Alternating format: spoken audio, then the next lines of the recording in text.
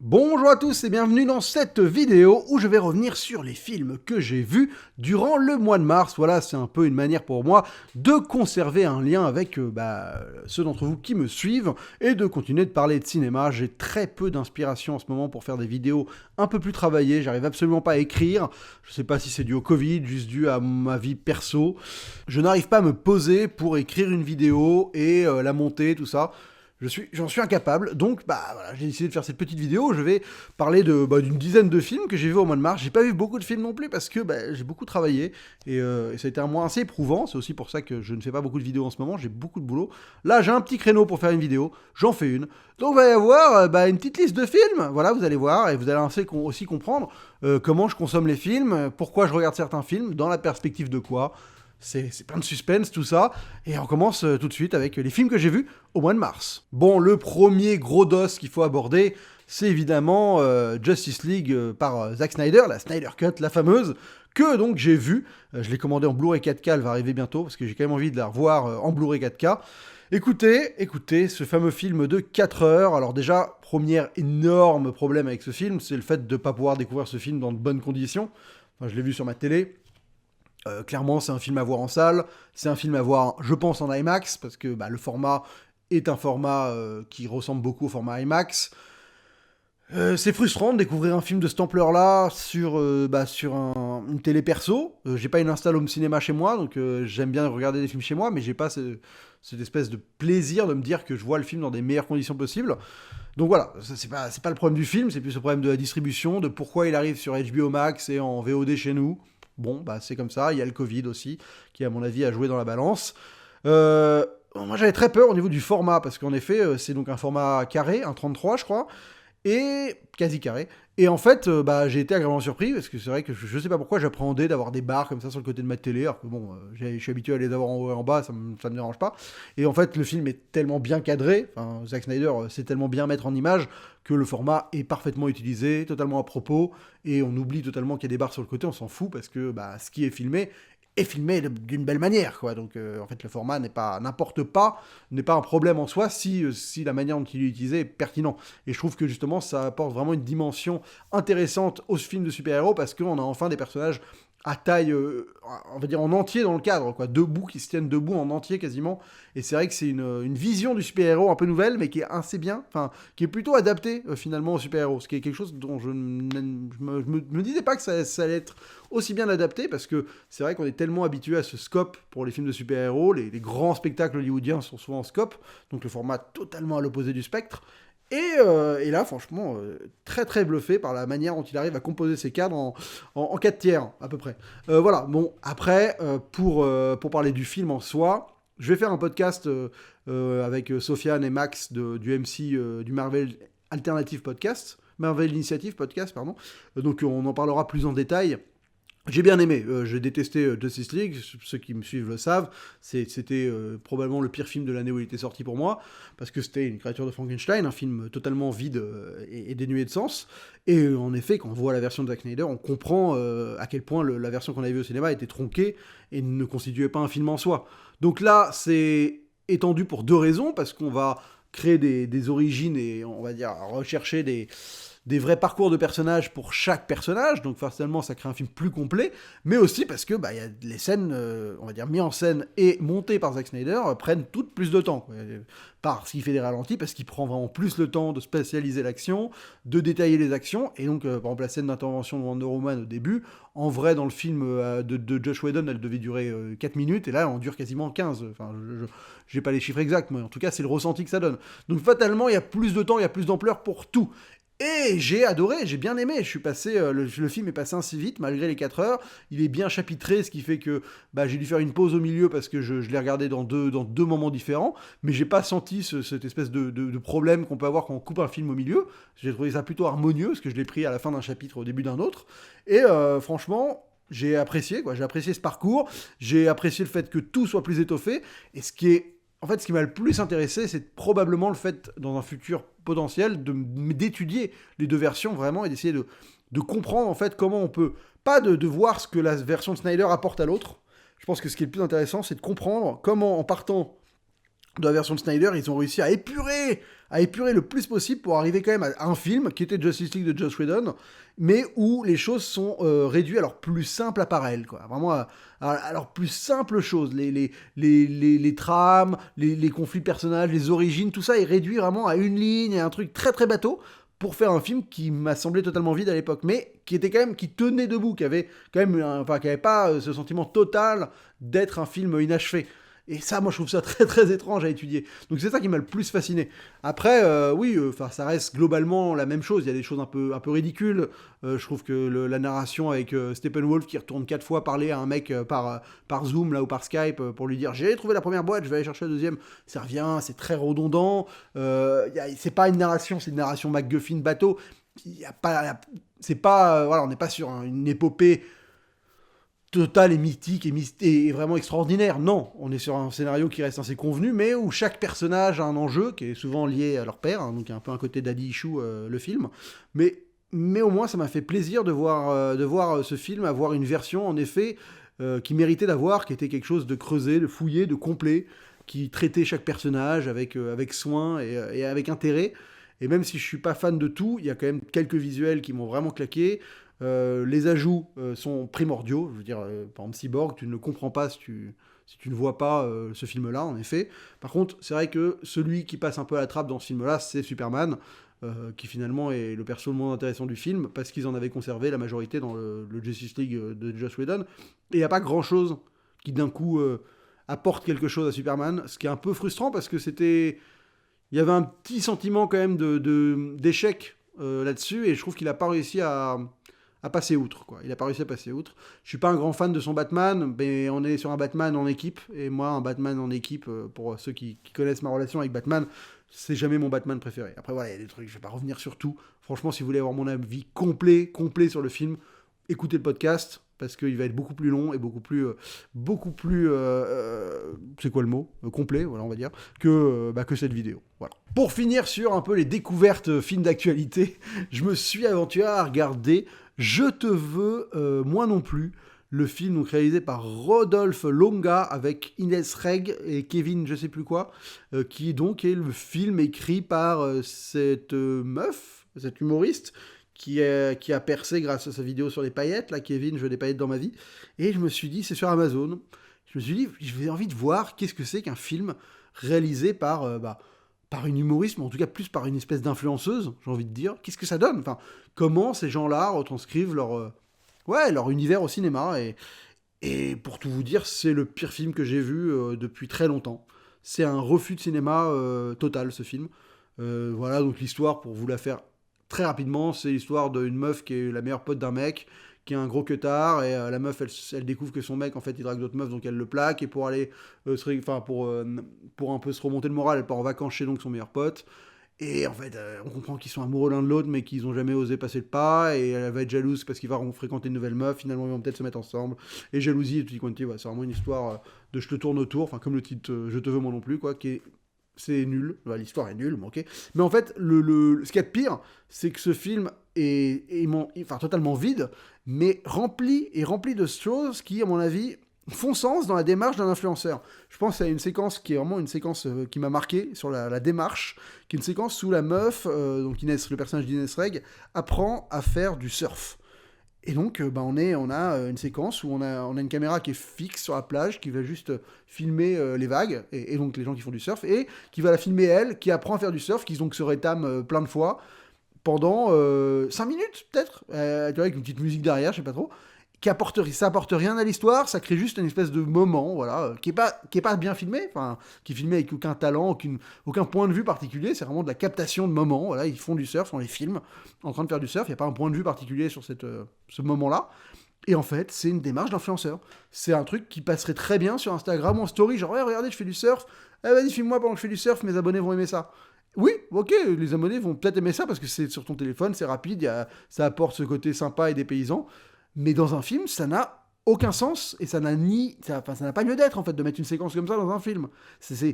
Et ces genres de séquences reviennent plein de fois. Un coup, elle fait du surf, un coup, ils dansent en boîte de nuit, un coup, ils font une choré, je sais plus où, ils jouent au ping-pong, un autre coup, ils font de la rando, un autre coup, ils font des espèces d'activités comme ça qui sont filmées de manière plate, où il n'y a aucun événement, aucun conflit, et on essaie de te faire cette espèce de moment feel-good, parce que les personnages font des activités sympas et que c'est filmé. Mais ça fait pas un film, en fait, c'est pas du film, ça c'est pas du cinéma. Je veux dire, les films feel-good qui véhiculent ça, bah, ces choses-là ont une raison d'être dans l'histoire. Je pense, par exemple, qui n'est pas nécessairement le meilleur exemple, mais en tout cas un exemple assez marquant qui me vient en tête, Intouchable. Intouchable, on a ce moment-là, par exemple, au moment où Omar Sy et François Cluzet vont faire du parapente. Mais cette séquence de parapente, qui est donc la même chose, hein, on les voit, voilà, on filme en parapente, on vit le parapente avec eux avec une musique super cool et tout ça. Donc ça pourrait voilà, juste être un moment comme ça en suspension, on les voit faire un truc cool et ça nous rend heureux. Mais dans l'histoire, ça a une toute petite justification quand même. Le parapente ne veut pas rien dire dans l'histoire de ce film. Et donc à ce moment-là qu'ils fassent du parapente, c'est pas anodin non plus, quoi. Ça raconte un truc sur les personnages. Et c'est pas juste une démarche de nous montrer un truc sympa fait par les personnages qui s'éclatent. Donc ce film, c'est un exemple parmi tant d'autres, c'est improbable, c'est joué, mais j'ai jamais vu des comédiens aussi mauvais devant la caméra. C'est-à-dire que le couple là, mais c'est insoutenable à quel point ils sont nuls. Et franchement, c'est vraiment infâme. Je l'ai mis 1 sur 10 sur Sens Critique. Donc vraiment un calvaire, un gros calvaire ce film. Je le reverrai plus jamais de ma vie, c'est sûr, mais je vous invite surtout à voir à quel point enfin, on est tombé dans la négation du cinéma, quoi. Vraiment, c'est au-delà du néant. C'est insoutenable. Insoutenable. Autre découverte d'actu, Boss Level, alors le film de Joe Carnahan, qui est donc une espèce de time loops, avec, comment il s'appelle, Frank Grillo, qui joue mal. Frank Grillo, il joue vraiment comme un acteur porno, il est nul, franchement, il est mauvais cet acteur, je le trouve vraiment mauvais. Bref, Boss Level, ça raconte l'histoire d'un gars qui est dans une boucle temporelle où il se fait buter tous les matins, et il sait pas pourquoi, il se fait poursuivre par des chasseurs de primes, enfin des tueurs à gages, des tueurs à gages c'est le bon terme, et il va comprendre qu'il va devoir s'extraire de cette boucle temporelle. C'est un bon délire action primaire et qui se prend pas la tête et qui essaye de fournir un truc jouissif, mais je trouve ça pas bien en fait. C'est un peu raté. Il y a cette narration qui est standard du truc en voix off sur les boucles temporelles. Enfin, pas standard, si, parce qu'il y a plein de films de boucles temporelles qu'on fait la voix off, mais qui finalement apportent rien. C'est pas très inventif. C'est un peu mal fait. C'est pas très beau. On sent qu'ils n'ont pas eu la thune qu'ils voulaient. Il y a des persos qui n'arrivent pas à exister, je pense notamment à Mel Gibson qui est là mais qui est pas là, quoi. Il y a des tunnels d'explications de trucs dont on en a rien à foutre, qui te plombent tout le début du film, c'est interminable. Il y a des... Ouais, voilà, c'est un film de bourrinos, donc ça c'est réjouissant, mais ça se perd dans plein de trucs, t'as un peu d'émotion, t'as un rapport père-fils, ce genre de choses qui existent dans le film, et c'est plutôt intéressant, mais c'est tellement noyé dans quelque chose qui pour moi, apporte pas vraiment la jouissance que ça devrait apporter, et qui s'amuse pas tant de ça, de son concept. Donc voilà, il y a de quoi se réjouir, mais ça vaut la moyenne, quoi. La moyenne, c'est pas dingo, mais c'est pas un naufrage non plus. Je suis pas un grand connaisseur de Joe Carnahan. Je sais que les gens en parlent, mais il faudrait que je le revoie. Il faudrait que je voie un peu plus de ses films, quoi, parce que je connais pas bien ce réal. Mais il a une très bonne aura. Les gens qui en parlent, ils en parlent souvent vraiment en bien, quoi. Donc ça, c'est tout pour genre les films d'actu, quoi, les films qui sont sortis ce mois-ci. Vous voyez, je m'intéresse vraiment pas aux nouvelles sorties en ce moment. C'est catastrophique pour moi le fait qu'il n'y ait pas de salle de cinéma. Je ne m'intéresse pas aux nouveautés, mais ça me permet de regarder des films que j'ai déjà vus ou des anciens films. Donc on va aborder la section de cette vidéo qui est les films que j'ai dû voir pour préparer des podcasts. Parce que j'ai pas été très actif sur YouTube, mais j'ai été très actif en podcast, parce que je continue de faire les Marvel Initiative Podcast, et on a commencé le podcast La Saga avec Sofiane, où on a abordé la saga Rocky et la saga Retour vers le futur, mais ce mois-ci c'était Rocky, donc j'ai revu les Rocky, quoi. Et donc ce mois-ci, j'ai revu Rocky 5, enfin j'ai découvert Rocky 5, j'avais jamais vu Rocky 5, et moi Rocky 5 j'ai bien aimé, parce que c'est un film qui essaye quelque chose, qui se foire un peu en le faisant, mais qui essaye. Mais surtout, ce que j'ai bien aimé, c'est que c'est un Rocky chargé en conflit, quoi. Vraiment, tous les persos ont des conflits, ça s'engueule beaucoup. C'est pas aussi, on va dire, bateau que Rocky 4 ou Rocky 3, où c'est très archétypal et finalement, il y a un événement majeur qui va motiver le perso jusqu'à la fin. Là, non, c'est un peu plus compliqué que ça. C'est raté, c'est pas très bien joué, le fils de Stallone, il joue pas bien. Enfin non, il joue pas si mal, mais c'est juste que son rôle est un peu raté aussi. Tommy Gunn est très mauvais. Voilà, il y a plein de problèmes. Il n'y a pas de boxe, ils se battent dans la rue, c'est un peu compliqué. Mais j'ai pas détesté, quoi. Voilà. Mais en tout cas, je vous invite surtout à écouter le podcast La Saga, parce que c'est là où on a fait un épisode avec Nico Pratt qui était très intéressant. Et on a vraiment beaucoup parlé du film pendant plus de 2 heures, je pense. Donc si ça vous intéresse d'avoir mon avis sur Rocky V, écoutez le podcast, comme mon avis sur Rocky Balboa. Rocky Balboa, qui est un film que j'ai réévalué un tout petit peu à la baisse. Je l'avais pas vu depuis le cinéma. Et c'est vrai que en fait, c'est un film que j'ai trouvé un tout petit peu... c'était quoi le terme que j'avais trouvé? J'ai un peu oublié exactement le terme. Mais finalement, il est moins touchant que ce que je pensais qu'il l'était. Ouais, c'est ça. C'est-à-dire qu'en fait, c'était un film dans mes souvenirs qui était vraiment ultra basé sur l'émotion. Et en fait, pas tant que ça. Moins que ce que j'imaginais. Il y a des petits problèmes de cohérence. Il y a des persos qui n'existent pas vraiment. Je sais pas trop ce qu'ils foutent là. Mais il y a Polly qui est très bien. pour les fans de Rocky, enfin, voilà, vous voyez qui est Polly. Mais c'est un film qui arrive à être plutôt intelligent dans sa manière de faire revenir Rocky après autant d'absence. Mais il est très, très tourné vers le passé. Et j'avais oublié que c'était un film à ce point-là nostalgique, quoi. Et c'est vrai que, bon, on peut pas lui le vouloir, c'est ancré vraiment dans le film, pour le coup. La nostalgie est totalement ancrée à l'intérieur du personnage. Donc c'est pas anodin non plus. Et pour le coup, Rocky, il est pas très beau. C'est vraiment un film qui est pas très beau. L'image est plutôt laide. Et j'avais oublié, il y avait Nico Pratt qui était présent aussi pour cet épisode-là, du podcast La Saga. Donc encore une fois, si vous avez envie d'entendre longuement parler de Rocky Balboa, écoutez le podcast. Voilà. Évidemment, vu qu'on a fait les Rocky, on a parlé des Creed. Donc j'ai vu Creed l'héritage et Creed 2 ce mois-ci aussi. Alors je vais pas m'étendre encore une fois dessus parce que c'est des films dont j'ai parlé dans le podcast. Je vais faire le même laïus.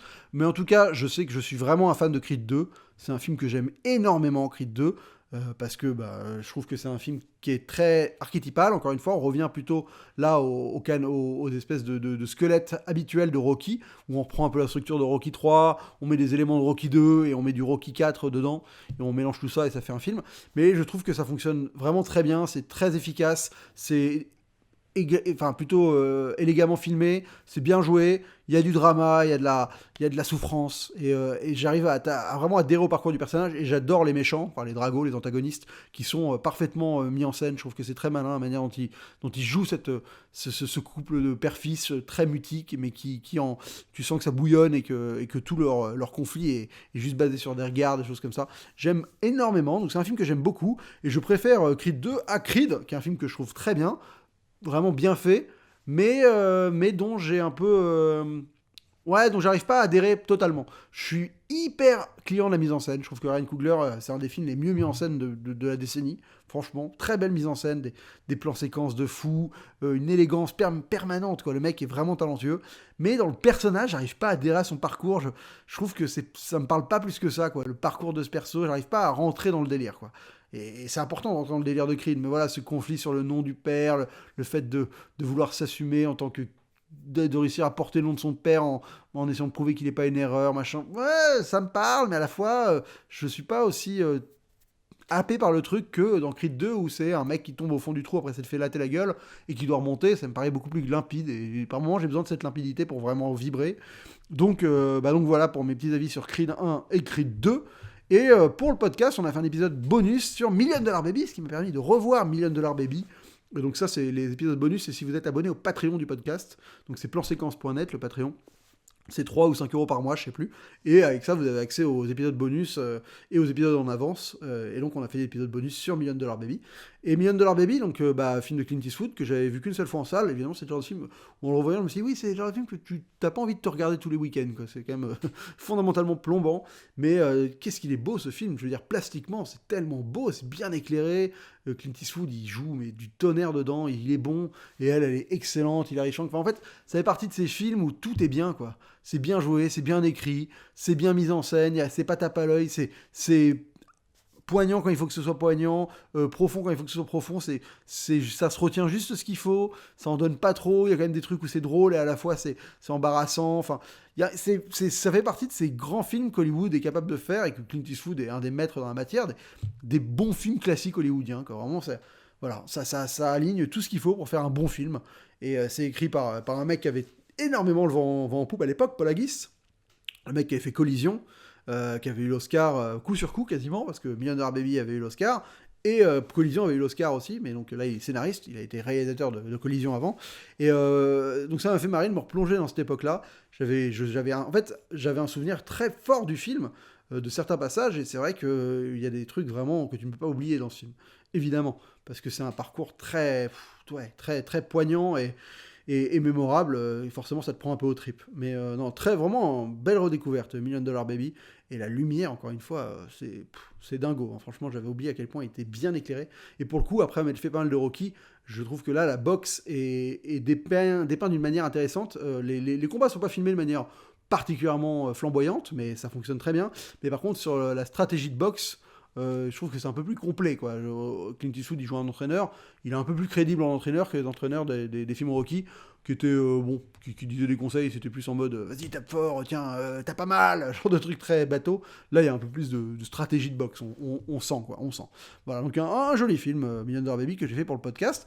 Et dans les épisodes bonus du podcast, on a fait aussi un épisode sur Chronicle. Alors ça, c'est dans le Marvel Initiative Podcast, où on a fait un épisode pour les Patreons sur Chronicle, qui est donc un film de super-héros, mais qui n'est pas un film canon des Marvel ou de DC, parce que c'est le principe du podcast. Et là, on fait des épisodes bonus sur des films annexes. Et Chronicle, qui est donc réalisé par Josh Trank, le réalisateur des 4 Fantastiques, et qui s'est fait virer sur Star Wars, qui devait faire Star Wars à l'époque, qui a fait Capone cette année, je crois. Et donc, qui est son premier film, qui est un film assez audacieux, mine de rien, parce que c'est un fan footage sur des jeunes qui obtiennent des pouvoirs de télékinésie. Et donc voilà, on va suivre ça en mode un peu caméra, comme si le gars s'auto-filmait, un peu en mode Projet X. C'était très à la mode à l'époque, ce format-là. Et c'est un film qui est quand même très ingénieux, vraiment bien fait. J'aime bien le fait qu'en fait, tu vas suivre un vrai anti-héros, un vrai méchant, parce que c'est le personnage principal. Finalement, c'est plutôt rare. Il y a des trucs dommages, il y a un personnage qui disparaît du film trop vite, il y a une fin qui est un peu trop en mode...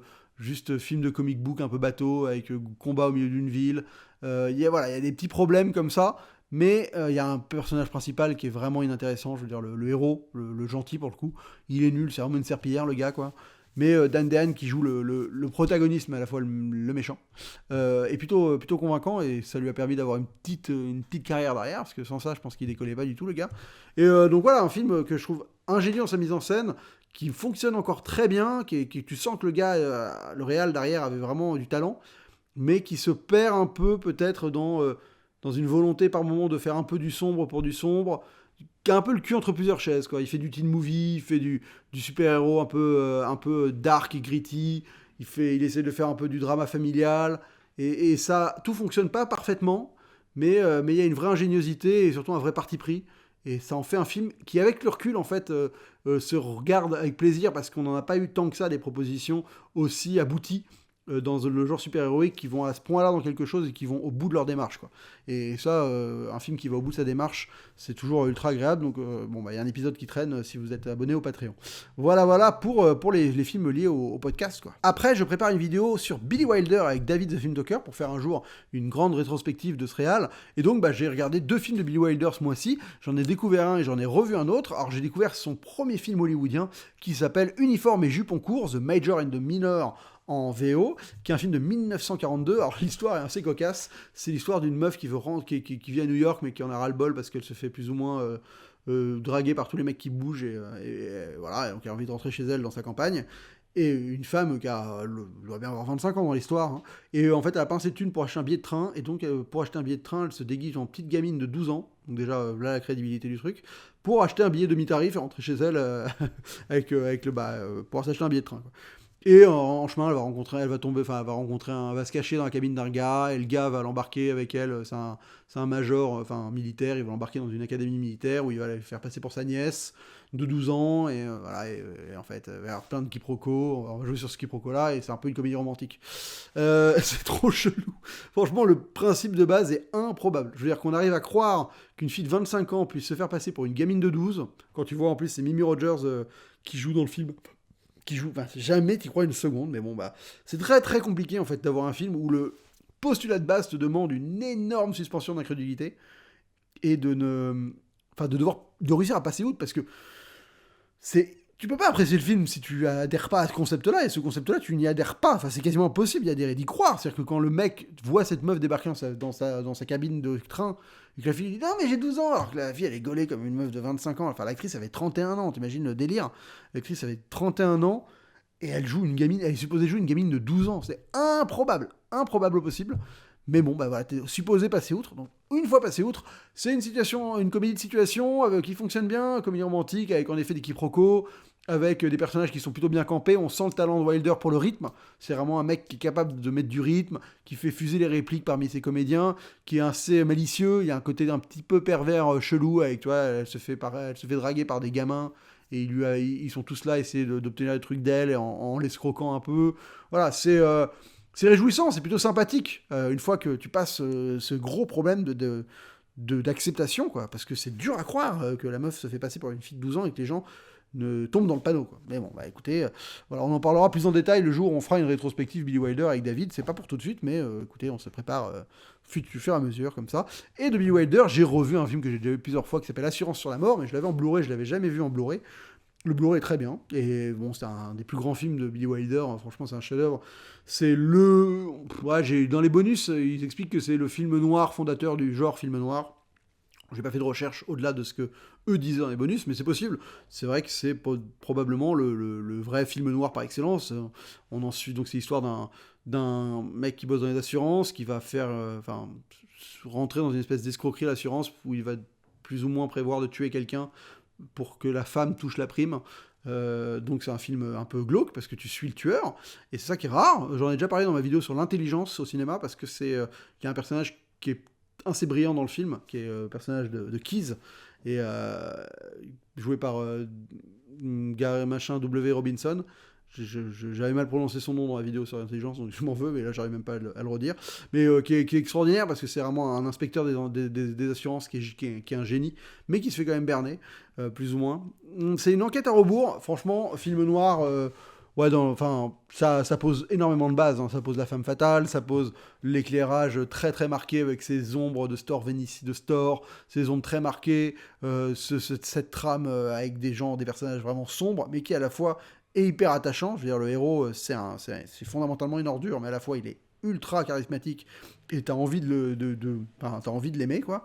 Donc c'est un vrai film important, je pense, à découvrir, et il se regarde très facilement. Il y a rien à dire, c'est un film en plus qui te plonge dans une époque. Le film est contemporain de son époque, non, un peu avant, ouais, 1939, et il est tourné en 44, et qui aussi c'est marrant de voir des films de cette époque-là qui te plongent dans une époque particulière, ouais, c'est-à-dire que tout était différent, mine de rien, et pour eux c'était normal, et on regarde pas tant de vieux films que ça, donc quand on en regarde, c'est assez agréable aussi de s'arrêter sur ces petits détails-là, quoi. En parallèle, moi, je suis en train d'écrire un scénario qui est un huis clos, donc je regarde quelques huis clos, et donc dans les huis clos, qu'est-ce que j'ai regardé comme film ce mois-ci ? Écoutez, j'ai regardé 3 huis clos. J'ai regardé un film qui s'appelle... attendez, je vais le retrouver. J'ai regardé un film danois qui s'appelle The Guilty, qui est un film qui avait une très bonne presse, qui est donc l'histoire d'un mec qui travaille dans le centre d'appel de la police, qui reçoit un coup de fil d'une femme, et voilà, qui va lui dire que potentiellement elle est enlevée, et donc il va se mettre à plus ou moins enquêter, mais tout en restant au téléphone, sur d'où elle vient, où sont ses enfants, est-ce qu'on peut la retrouver. Voilà, il va être impliqué dans ce truc-là, il va plus s'impliquer que de raison. Et le principe, c'est que t'es vraiment avec un gars qui est au téléphone tout le film. Dans les huis clos, c'est un film qui fonctionne bien, qui arrive à bien gérer sa tension, et là-dessus, ça marche. Il y a quelques gimmicks de huis clos qui reviennent, c'est marrant, parce que c'est vrai que les films que j'enchaîne en huis clos, ils ont ce rapport où ils veulent changer leur éclairage au fur et à mesure du film. Donc même si on est à peu près dans le même espace, ils arrivent à faire en sorte de proposer différents styles visuels pour joncher le film. Et donc là, il y a ça, il y a un moment où il y a une pièce où il éteint la lumière, après il est éclairé que par une lumière rouge, et en plus ça fait écho un peu à la tension palpable du moment. Voilà, donc c'est un film très efficace là-dessus. J'ai quelques réticences sur... je trouve que le perso principal est un peu antipathique tout le long, et c'est compliqué d'adhérer. Alors c'est un peu voulu. C'est un mec qui est clairement en tort de quelque chose et qui s'en veut, et qui est un peu une ordure. Donc il y a ce côté où voilà, tu sens qu'il a envie de se racheter, mais qu'à la fois c'est pas un mec bien. Et ça transparaît, quoi. C'est vrai que ça déborde un peu, malheureusement. Mais donc il est un peu... C'est dur de vraiment rentrer en empathie totale pour ce gars-là, parce qu'il est un peu détestable. mais c'est aussi voulu, donc c'est très bien maîtrisé. C'est pas un film qui m'a non plus claqué la gueule par terre, voilà, je veux dire, c'est un très bon film, je lui ai mis 7 sur 10, ce qui est une très bonne note, mais c'est pas un chef-d'œuvre absolu. Mais dans son concept et la manière dont il l'exploite, il n'y a rien à dire, ça tient la route et c'est pas emmerdant pour un sou.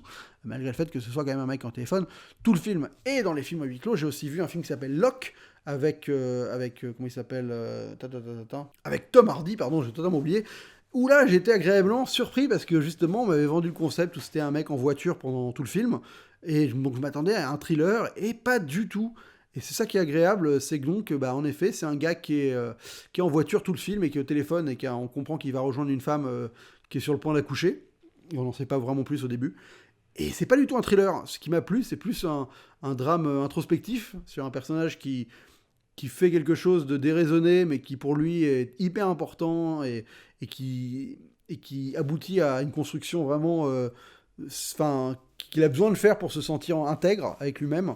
Et c'est un joli film. Franchement, j'ai vraiment bien aimé Locke. Je trouve que c'est un film qui marche très bien parce que justement, il emprunte des chemins inhabituels pour ce style de huis clos. Il tient sur d'autres choses que le suspense ou la tension, ce qui est très utilisé dans le huis clos. Hein. Enfin voilà, dans le huis clos conceptuel, hein, vraiment le huis clos.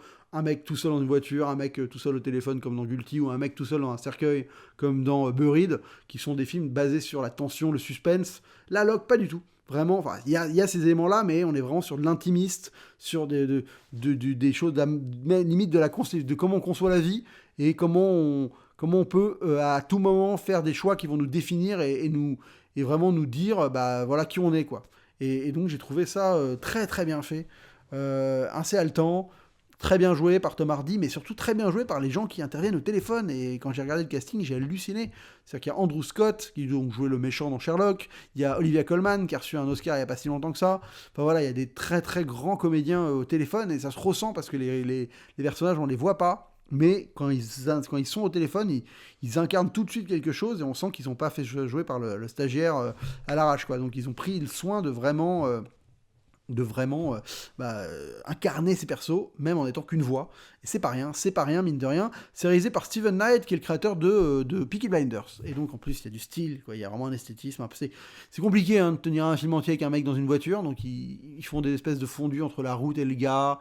Ouais, il y a vraiment une manière de faire des images qui sont pas totalement réalistes. On mélange un peu les choses, on crée des tableaux plus visuels avec le défilement il roule sur l'autoroute, donc avec le défilement des lumières, tout ça, on habille un peu. Mais pour le coup, il n'y a pas cette volonté de créer plusieurs environnements lumineux au fur et à mesure que l'histoire progresse. Donc c'est un des rares qui ne fait pas ça dans les huis clos. Dans les huis clos. Et un dernier film où je pensais vraiment tomber sur un huis clos, que j'ai vu il n'y a pas longtemps, et qui en fait n'est pas vraiment un huis clos, c'est Money Monster, le film de Julie Foster avec Julia Roberts et George Clooney, où le concept, c'est un présentateur d'une émission sur la bourse qui se fait... plus ou moins prendre en otage avec une bombe sur lui en live dans son émission, parce que il y a un gars qui a investi sur un truc qu'il avait conseillé, et le cours de cette action a chuté de manière improbable d'un jour sur le lendemain, et le PDG de la boîte a dit que c'était un bug informatique, et donc que l'argent avait disparu, qu'ils étaient incapables de savoir pourquoi, et ce petit gars est sûr qu'il y a anguille sous roche, et donc il kidnappe le mec de l'émission pour finalement... avoir une tribune pour essayer de bouger la chose. Donc moi, je pensais que ça se passait uniquement sur ce plateau de télé. Finalement, l'histoire, elle va un peu plus loin, ça bouge et tout ça. Et surtout, il y a plus de points de vue. On n'est pas c'est pas un film qui joue sur le concept de huis clos. Enfin, au final, c'est pas un huis clos. C'est principalement dans un seul lieu, mais c'est pas un huis clos comme on peut l'entendre. Donc ça m'a moins intéressé sur ce sujet-là. C'est un film qui met beaucoup de temps à démarrer. Je suis pas fan des persos. Je les trouve un peu caricaturaux et un peu écrits à la truelle par moments. C'est des gros traits qui sont pas très touchants. Il y a, en fait, heureusement qu'il y a les 20 dernières minutes du film qui vraiment vont vers autre chose et qui sont plus dans le film spectaculaire, un peu le vrai thriller spectaculaire. Et ça fonctionne quasi mieux que toute la première partie du film qui est un peu laborieuse et surtout, je veux dire, on est en direct dans une émission de télé et tu sens que par moments tu oublies totalement cette émission. Il y a des ellipses de temps qui passent, tu les comprends pas trop. Enfin, c'est bête, mais quand tu pars d'un concept comme celui-ci, un mec qui fait une prise d'otage durant une émission de télé en direct, pour moi, tu es obligé d'assumer le temps en direct. Enfin, tu es obligé d'assumer ça, vraiment, dans la mise en scène, dans la manière dont tu vas écrire le truc. t'es en direct, quoi. Et là, tu l'es pas vraiment, tu fais des sauts de temps, t'as des personnages qui se déplacent d'un endroit à un autre, on imagine qu'il y a 20, 30 minutes qui sont passées, tu sais pas trop pourquoi, enfin... Et donc, t'as des moments d'attente où tu sais pas ce qui se passe, en fait, dans cette émission, et c'est ça qui est dérangeant. C'est bête, hein, je m'arrête à un concept, un truc qui est pas lié au film en soi, enfin, que le film juste a décidé de faire autre chose que ce que moi j'imaginais. Mais ça me dérange quand même, parce que je trouve que tu peux pas faire la promesse de ce concept-là, commencer à aborder ce concept-là, et de te trahir un peu hop là, en faisant des petites magouilles pour finalement que ça passe et d'arriver un peu plus rapidement à là où tu voudrais arriver, quoi. Donc bon, après c'est rigolo, ça joue bien, c'est un peu naïf sur sa manière de dénoncer la finance et les PDG, les méchants, les magouilles et tout ça. C'est pas un film très fin, c'est réalisé par Jodie Foster, bon, qui fait pas qui fait les choses, y a rien qui m'a impressionné, c'est plus un film intéressant au niveau de l'écriture, plus qu'un film parfaitement mis en scène. Mais bon, ça fait le taf, hein. Ça fait le taf, mais c'est pas mémorable. Je lui ai mis 5, je lui ai mis la moyenne. Ensuite, j'en ai profité pour regarder un Blu-ray que j'avais pas encore vu dans ma collection de Blu-ray, qui est Chappie de Neil Blomkamp. J'ai été grave agréablement surpris de Chappie, qui est donc l'histoire d'un robot policier, donc on est en Afrique du Sud dans une légère dystopie, où les forces de l'ordre utilisent des robots pour faire régner l'ordre. Et il y a un de ces robots qui se retrouve à être... On lui met, son créateur lui met une espèce d'intelligence artificielle qui le rend presque humain, mais comme un enfant qui doit réapprendre à vivre et tout, enfin apprendre à vivre. Et il se retrouve à se faire élever en fait par des gangsters, parce qu'il se fait plus ou moins choper par des gangsters au début. Donc on se retrouve avec ce robot qui va apprendre à vivre, ce robot à la base policier qui va apprendre à vivre en devenant un gangster. Et c'est vraiment cool. Putain, je m'attendais pas du tout à ça. Je m'attendais à un film beaucoup plus naïf et basé justement sur ce robot qui apprend les choses. Et je pensais pas que c'était un gros film d'action. Et en fait, c'est un gros film de bourrinos d'action où t'es au cœur de Johannesburg. Je pensais pas que ça se passait à Johannesburg. Des fois, c'est agréable de découvrir un film dont on pensait connaître des choses à l'époque parce que j'avais subi la promo sans le voir. J'étais pas allé le voir parce que ça me tentait pas. Et en fait, d'être grave surpris.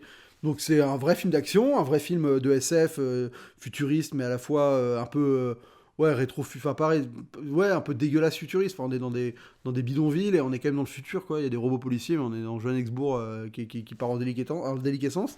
T'as des gangs, enfin, il y a des vrais choix qui m'ont plu. Je veux dire, les deux, c'est des rappeurs qui sont les personnages principaux des gangsters, c'est un couple, et en fait, ils jouent leur propre rôle, quoi. Enfin, ils jouent qui ils sont dans la vraie vie, et c'est des artistes super chelous, donc ils ont des designs chelous, des costumes bizarres, des tatouages dans tous les sens, ils ont designé eux-mêmes le décor dans lequel ils vivent, qui est une espèce d'usine électrique abandonnée, donc c'est énorme avec des peintures dans tous les sens. Enfin, c'est un univers improbable. Les effets spéciaux sont mamma mia, mais bluffants. Je veux dire, le personnage de Chappie, il est mais troublant, quoi. Vraiment, tu te dis mais comment ils ont fait pour faire un truc aussi bien fait, quoi. Alors, c'est de la motion capture. Ils ont mis le gars, l'acteur fétiche, là, Neil Blomkamp, qui jouait dans District 9 et qui jouait le méchant dans son film d'après, dans Elysium, que j'aime pas du tout, il faudrait que je le revoie. Et il joue trop bien, mais surtout, le perso est trop bien modélisé, quoi. Et ça marche de fou. Il y a Hugh Jackman qui joue un méchant un peu caricatural, c'est un peu le problème de Blomkamp. C'est par moment, quand il va dans la caricature, il va à donf, et ça peut être un peu gênant. Parce que là, il fait des trucs un peu gros, mais à la fois dans son côté un peu série B, enfin voilà, jouissif et d'action, ce perso, il est drôle, quoi. Il a une coupe improbable, il est ultra violent, il se balade avec un flingue à la ceinture tout le temps, il vend des robots de guerre, voilà. Et donc le film arrive vraiment à poser un univers, et en plus, il tente le pari d'être un film assez touchant, malgré cette espèce de gros truc de film d'action, et il fonctionne bien sur tous les registres, quoi. Donc franchement, univers rare, film de SF, on sent que Blomkamp, c'est un mec qui a du talent, qui a une vision, qui est capable d'aller au bout de son projet quand il est chez lui, là, il tourne dans sa ville, à Johannesburg, il maîtrise les codes, il maîtrise les visuels, il y a un building au milieu du film qui est improbable, cette tour creuse, là, tu sens, mais il y a l'histoire derrière ce bâtiment, j'ai regardé les making-of, c'est improbable ce bâtiment, c'est-à-dire que c'était supposé être une résidence de riches, et qui a été pris dans les années 90, qui est devenu un repère de gangsters, donc il a été pris par les gangsters, donc c'est devenu une zone de non-droit, et en fait c'est un immeuble avec des appartements tout autour, et en fait il y a un atrium creux, enfin le creux de la tour est vide, et donc et les gars ils ont pas utilisé les poubelles, ils ont juste balancé leurs ordures au centre de la tour, toutes ces années, et donc en fait le centre de la tour c'est une montagne d'ordures qui est devenue une montagne de crasse, quoi. Et donc t'arrives dans le bâtiment et t'as cette tour vide avec une montagne d'ordures au milieu. Mais c'est un décor de malade, quoi. Enfin, un truc totalement pété et tout. Tu sens vraiment le. Et dans le film, il joue c'est un repère de gangster. Donc en plus, enfin, depuis, ça a été assaini, je crois. Enfin, ça a été vidé par les flics. Mais ça reste un décor de dingue, quoi. Donc voilà, et le mec sait exploiter sa ville et il sait faire avec les moyens du bord. En fait, il fait partie de ces gars qui ont une bonne équipe à un endroit, qui ont réussi à faire enfin, vraiment un coup de poker avec District 9, qui s'est totalement paumé pour moi quand il allait faire son truc à Hollywood. Alors, je me suis pas plus renseigné sur Elysium que ça, mais je crois que c'était un film hollywoodien, si je dis pas trop de conneries. Et qui, quand il revient à la maison, ça me fait penser à Peter Jackson, en fait, tu vois, qui a ses équipes en Nouvelle-Zélande, et qui, quand il va faire Fantôme contre Fantôme, et bah, il est capable de le faire, un film qui a l'air beaucoup plus cher que ce qu'il n'est, et qui est beaucoup mieux fait que ce qu'il n'est, et il est libre de faire un peu ce qu'il veut et tout.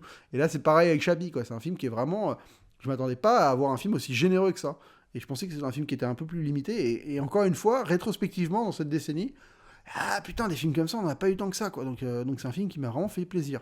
Et belle découverte, belle découverte. Et pour terminer, vous savez, j'ai pas vu énormément de films ce mois-ci, hein, c'est pas énorme pour quelqu'un qui parle de cinéma sur internet. Hein. J'ai revu 2 films, donc je vais en parler rapidement, parce que c'est des films dont j'ai déjà parlé sur ma chaîne, et qui sont dans mon top 10. J'ai revu Dark Waters, avec Mark Ruffalo, excellent, franchement, il vaut le coup d'être revu, c'est un film qui passe très vite, malgré le fait que ce soit un sujet horrible, et en plus c'est un sujet qui te fout toujours une torgnole, voilà, c'est sur l'empoisonnement d'une multinationale de biochimie aux États-Unis sur la population, enfin ouais, c'est horrible, sur les plaques en téflon, là, c'est l'enfer, c'est horrible, vraiment horrible, t'as envie de jeter toutes tes casseroles après, c'est glaçant, mais très bien réalisé, sobre, des bonnes idées, Mark Ruffalo est excellent, un excellent film, et Palm Springs, que j'ai revu, parce que j'avais envie de me replonger dans ce petit délire.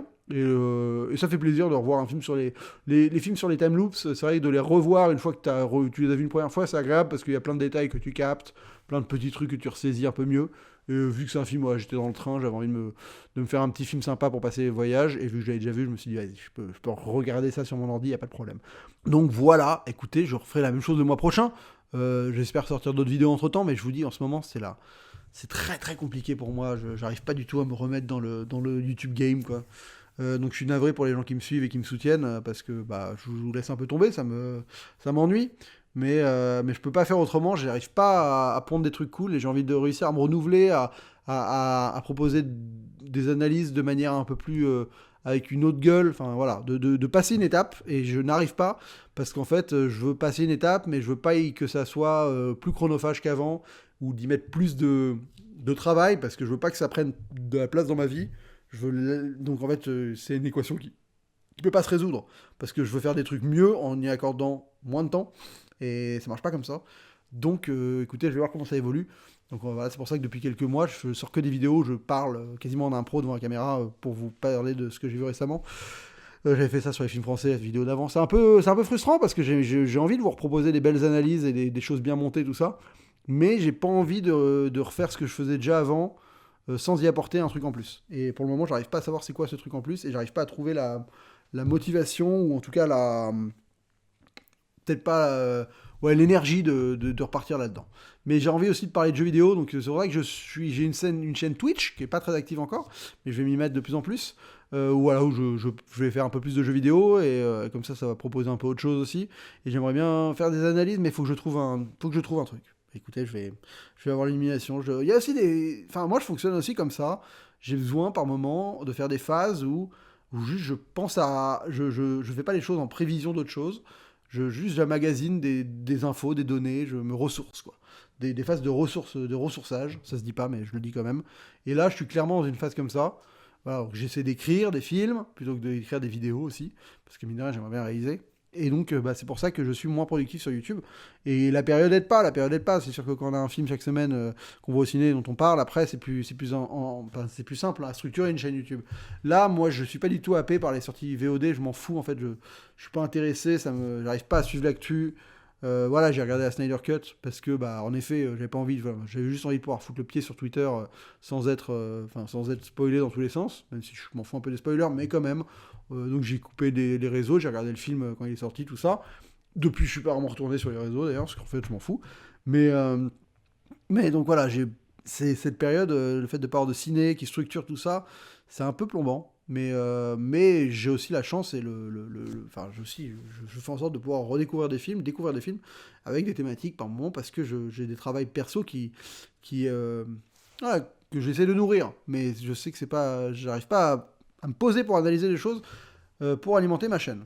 Mais j'espère que vous êtes indulgents et que le jour où je reviendrai en forme, vous serez toujours là. En tout cas, merci énormément pour ceux qui sont arrivés jusqu'ici dans la vidéo. Je sais que là, voilà, vous avez laissé la vidéo tourner, vous m'avez laissé faire mon petit laïus.